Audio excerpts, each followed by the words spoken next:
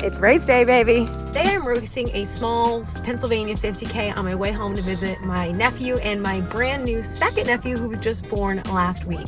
Figured what better way to get in a nice long training run and race than sneaking in a race on my way home. And so I'm super excited here today to take you through this super low-key 50K long run training race here today. It's super small, very OG ultra style. I'm excited for a low pressure, low stakes, fun long run today. So let's do it.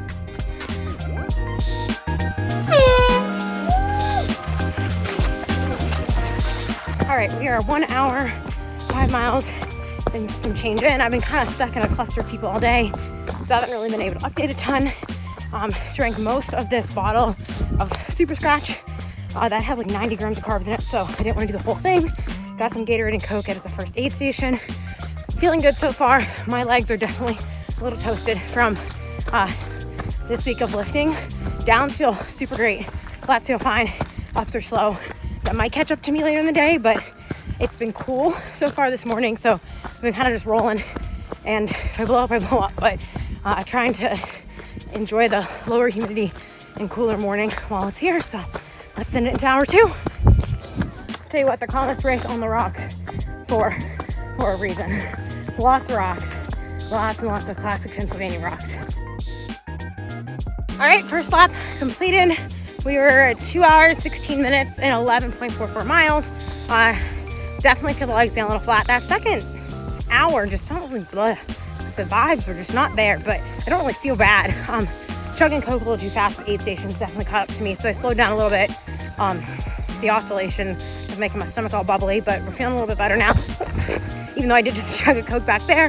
I finished a bottle of 1,000 milligrams of sodium, filled this up with Gatorade. I just took a UCAN gel back there, and then had some Coke, Gatorade, and gummies at the other aid station so far. So I think I'm feeling pretty good on nutrition. Felt a little bit of it getting low there just now. That's when I took that gel. So, but I think we're probably about 60 an hour, give or take. So let's go into hour 3, lap 2, do it again. It's kind of nice now that that first lap is done, so I actually know the distance of this race. So it's probably gonna be close to 34 miles. Than 31, which is fine, but that helps me kind of get a more realistic expectation of the day. There wasn't a lot of details on how long the loops were or anything on this, so now I have a better idea of what we're actually getting into here on these next 2 loops. Whew. Okay, 14 miles in, just hit an aid station. Thought that like I was low in sugar, but I realized once we got there, they gave us ice and towels dunked in ice water. Got some more fluid, filled this back up with Gatorade, got an ice pop, then it just got like a lot hotter from that first loop, because I feel significantly better now, just cooling down a little bit. I covered like my whole body in ice water, and that's a great cooling technique. So didn't really realize that was sneaking up on me. So gonna just stay on top of that. Feel good now. Actually really glad we had that aid station. Got a popsicle and we're rolling. I will have to confirm with Strava when we are done with this race, but I actually do think this time I PR'd my 50K in the middle of this race, which is being done as a training run on legs that are absolutely beeped, feeling it, heavy, lethargic, in the middle of it's gonna be a 55-ish mile training week after 3 lifts, and I feel pretty proud of that. My legs are cranked from this week. They've been cranked the whole day. But that's what we wanted, right? That's why we're here. That's what we're doing it for. But pretty proud of that. It wasn't really a goal of the day. I didn't really have a goal for the day. But I knew there was a potential for it due to this course being more runnable. Also, we'll confirm when we're done, but a few more miles. All right, my friends, we just finished lap 2. Definitely took that second lap a little bit more easy. I actually met up with a guy who's training for Eastern States 100, which is in 2 weeks, and this is his last long run. So I kind of just set the pace with him and ran and talked with him for a good chunk of that half. And it was actually really nice to just kind of get some steady moving in, have some nice company, help time go by. Took a little bit of longer stops at the aid stations. It's getting hot, so taking time to just cool down, get a lot of fluid in. I think I've had a maple syrup gel, the 1 aid station. I just like went down the line of cups and drank like a bunch of different cups of sugary liquid. I've been drinking a lot of clear water, to supplement in because I'm definitely sweating a lot. Feeling a lot better now. Really just kind of eager to this last lap done and be done for the day. So let's do it. All right, the great 50K recap. So I am back home here, ready to chat about all things from the 50K that we just documented and shared here today. And so I ended up, all in all, big win, PRing my 50K officially in the middle of that race. Super excited about it. If you watched my High Interview Challenge 50K video from earlier this year, I thought I was going to PR my 50K, but I was a few minutes off of that. And so this race I knew, because it's a little bit more runnable, that even taking it a little bit easier and kind of just using it as a training run, because it's a little bit more runnable, the vert wasn't too bad. I did knew that there was a potential that I'd be able to do that just by running it casually, and that's exactly what I did. So super stoked about that. I PR'd my 50K, which is officially by Strava standards, 6 hours and 39 minutes and 25 seconds. Not the speediest chick around the block, but I feel pretty good about that considering I was not tapered. I did not peak. I wasn't specifically training at all to run like a 50K all out. I treated this like a training run, and my legs were completely blown up, super fatigued. Like I went into that race intentionally having be a part of a big week of training. So that 50K PR doesn't really feel super special to me in the sense like it's that big of a deal. But what it symbolizes more than anything for me right now in the middle of this 100 training cycle means a lot to me, especially coming back into ultra running last year, coming back from my injuries and coming back, you know, from the fitness I lost with finishing my PhD. You know, the symbolism of that both in the middle of a 100-mile training cycle, but also what that means for the recovery and comeback of all those workouts and all the time I've spent the last 2 years really getting my fitness back and, you know, easing into things. And it's not the metric of one good day, because it really wasn't that good of a day. It was a fatiguing long run race like that I did intentionally as a way to kind of test to see where the wheels were at.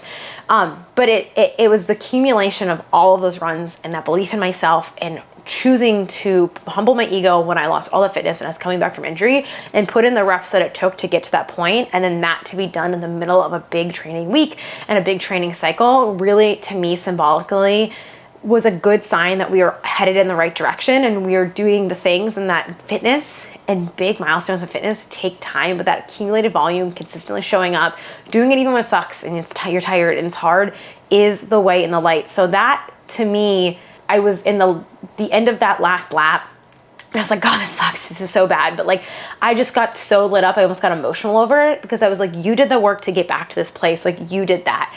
And that meant more to me than really anything else is possibly could have meant to me this week of training or any of that stuff. But this is probably the biggest month of training I've maybe ever had in ultra training history for myself, or comparable to some of my bigger weeks and blocks in my 100K peak and prep year. And I don't know, it just was a good symbol about where we're at and made me feel really, really good about just everything that I've done to take myself back to this point. But otherwise, when we look at the rest of the race, it was 3 laps in total, as I discussed, a little bit under 34 miles, so 33.92 miles. It took me about 7 hours, 17 minutes and 59 seconds. I'm almost exactly matching the distance and the time of my first 50K, which I definitely think I was in better shape then. So that feels good to kind of get back to this point just for a training run here today. Since it was 3 laps in total, I felt pretty good about my pacing. I definitely let myself run a little bit harder and quicker that first lap, simply because it was way cooler out that morning and I just knew that the heat was going to pick up. So I felt good. I let myself run a little bit faster. So I finished the first lap. The laps were about 11 point. They all say different distances on my thing. I think that's because I had an extra few wrong turns, or I went to the restroom the one time, or had a little out and back thing. So anyway, the first lap I did in 2 hours and 16 minutes. So a little bit swifter, ran pretty much all of that, felt a little quicker. It was cooler, felt good, let the ball rolling. The second lap, 2 hours and 32 minutes. That's when I ran with a super nice guy who's also training for his 100 miler. Just chatted, talked, conversational, the whole kind of middle lap, kept it easy, stopped at 8 stations. We chatted for pretty much, I want to say 8 out of those 11 miles is probably how much we talked during that. So I really talked to that guy for almost 2 hours of that entire lap, which was really, really nice. It made the race go a lot quicker. Nice to have some company, chat with some of my fellow runners. And then the third lap, my Strava does say that it took me 2 hours and 32 minutes, which matches that second lap, but I did not pause my watch for 5 minutes after I finished. Rookie mistake. So it was actually 2 hours and 27 minutes. So I'm actually really, really happy with that pacing. the heat of the day really got to me on the second and third laps. When we kind of lapped back, there was an aid station, then you kind of dip down into this valley and there was no air. It was super stagnant. It was really hot. It was like the heat was just sitting in there. And I remember each time I started that second and third lap, just feeling horrific, like I just got hit with this wave of heat, super terrible, which was funny because the first lap, I really enjoyed running through that section. I thought it was kind of nice and runnable, and there's just like some fun downhills and nice uphills that to hike, but the heat just really, really got to me at the beginning of those 2 laps, the second and the third lap. So the first maybe 3 to 5 miles of that 11 and some change really did feel super, super hot for me, like overheating a little bit. And I think I tend to do good with heat, but it just felt a little bit overheating for me. And then by the time I'd get to the aid stations on the back half, maybe the second half of that, actually I would get some watermelon, some liquid, some fluids, some ice. I'd feel so much better. One thing that I consistently did during this race that really helped is at those back half aid stations, they had just buckets of towels and ice water. And I would just wipe myself off, get the humidity, let myself evaporate some of that. That's a great cooling technique that you can use. Put ice in my bandana. I stuffed ice in my sports bra. I dunked my hat. I just really cooled because it was about 96 degrees, it was about 86 to 89 degrees, I think, during the heat of the day, the peak of that race. And so it did get pretty hot in there. And so I felt pretty good on the back half when air was moving and it wasn't as stagnant. I could keep going through the heat because you were under the shades of the trees, which made it a lot better. But it was that first half of each of those second and third laps that did really, really kind of hit me with the heat, and it did start to get to me a little bit. I had that happen to me in the middle of my 50 miler a little bit last year too, just kind of getting overheated while pushing. Maybe that's because I train so easy on my long runs. I'm not used to that, and that's something that I need to train with. And so I felt really good about my pacing, my approach to the race. My average heart rate for the whole race was about 153 beats per minute. So I do think that I pushed a little bit into zone 3 a little bit more through some of these miles here, or at least heart rate wise, which is likely influenced by heat, race anticipation, humidity. But overall, I think I kind of ran this pretty much like just a harder intensity, longer run, which feels pretty good to me compared to, I do take my long runs a little bit slower and easier typically when I do them. Historically and nutrition wise, I think I learned a lot. So I feel really good about this race, and I'm glad that I did it. I think the heat won't become as much of a factor for me on race day for my 100 miler, which will be a good thing. It might be cold. That really gets to me there. But I really did learn that I think I need to figure out a better balance between liquid volume of drinks and or sports drinks in my stomach. That did become a little bit too much. So I think I need to figure out a better way to kind of balance my need for liquid carbs with hydration. I do hope that potentially that's less of an issue in my 100 miler, simply because it won't be as hot and that my fluid demands won't necessarily exceed that of what my body can absorb at the time. So I did feel like I had some GI oscillation issues and digestion of carbs. I also think that I need to get more diligent through this next back half of training from a 100 miler with really hitting that 60 to 70 grams per hour of carbohydrate, and just really training my gut to do that on as many runs as possible. I tend to keep my nutrition 30 to 60 on like road runs during the week that are 60 to 90 minutes.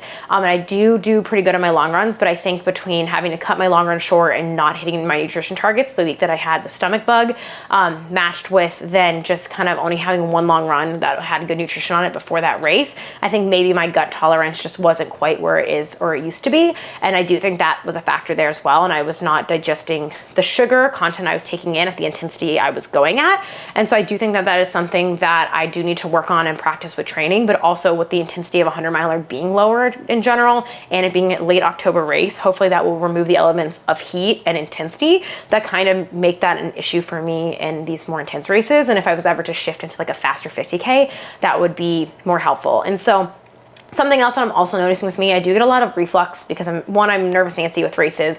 2, I do tend to get GI problems. And so something that I did in that race that I think that I might need to adapt more permanently is not putting as much sugar in the liquids that I was drinking. And so I was drinking a lot of Gatorade and soda at the aid stations, and that really kind of, I felt like, gave me some like reflux and really irritated my throat. And so sometimes when I drink electrolyte in my bottle or carbs in my bottle too much, I've noticed that in races as well, that does irritate me. And so I did switch to clear water on the back of the half of that race. And for sodium and electrolytes, I was just pixie sticking my electrolytes. So my liquid IVs and my elements, like just ripping them off and then like just shooting them back and then chasing it with clear water and drinking the clear water then the rest of the time. That's something I do also when I have my filter bottle and I'm doing long objectives, like my Smoky Mountain video that I did. I'll just kind of rip off the electrolytes and kind of just take them as is. And I find that that might be something that I might need to do a little bit more, is make sure I'm rotating in clear water and then getting in either having like a clear water bottle and a supplement bottle, or a clear water bottle and then like shooting back my electrolytes, or eating my calories different ways. These are things that I just think I need to toy around with and play with. But that was the first race in a while that I really didn't have any major GI issues. I did feel like I wasn't digesting the volume of carbohydrates I had. I did throw up once in the race, but it was because I choked on my water and it kind of made me sick, just the way I coughed really hard. So didn't think it was really related to the race itself, which is kind of a big one for me. I didn't get sick before the race from nerves. I didn't really get sick during it otherwise, but I do think that I did feel a little bit of that gut bomby feeling where your stomach feels just kind of a little bit like, I'm not digesting all these carbs. So I do think I need to work on that in the rest of my training cycle. But otherwise, I feel really good coming off that race. You know, it wasn't anything super and heroic. It wasn't meant to be. It was just meant to be my legs are tired. Let's go run 34 miles and put it in the big week of training. So I did wind up rounding out that week with 54 miles of running, and feel really, really good about that. That's a pretty big mileage week for me personally. And that was coming off the week of training that I documented in the previous video that went up right before this. So if you want to see how my whole week of training went leading into that race, and then this race itself, these were all part of that same week of training. So if you want to get an idea of what I did in the gym and training wise leading into this race this week, training straight through it, you can go back and watch that video on my channel if you missed it. Otherwise, make sure you hit subscribe, like this video, and leave me a comment if you have any questions about my 50K. If you're interested in running your first ultra marathon, your first 50K, I do have a lot of videos recently talking about training for your first 50K, the way I fuel, documenting my training leading up to my first 100 miler. So there's a lot of really good content here for you to learn and kind of see what I'm doing and or how much of this works for yourself. And as always, in the List Method, we offer over 26 running programs. I think it's almost 30 now, that can take you from beginner runner all the way up to ultra marathon distance, including a 25K, 50K, and 50 miler trail running program specifically for you if you want to train with us. And you can visit us at www.thelistmethod.com if you're interested in learning more, and we'll link that in the notes below. But otherwise, I will catch you guys on the next video. Thank you for being here.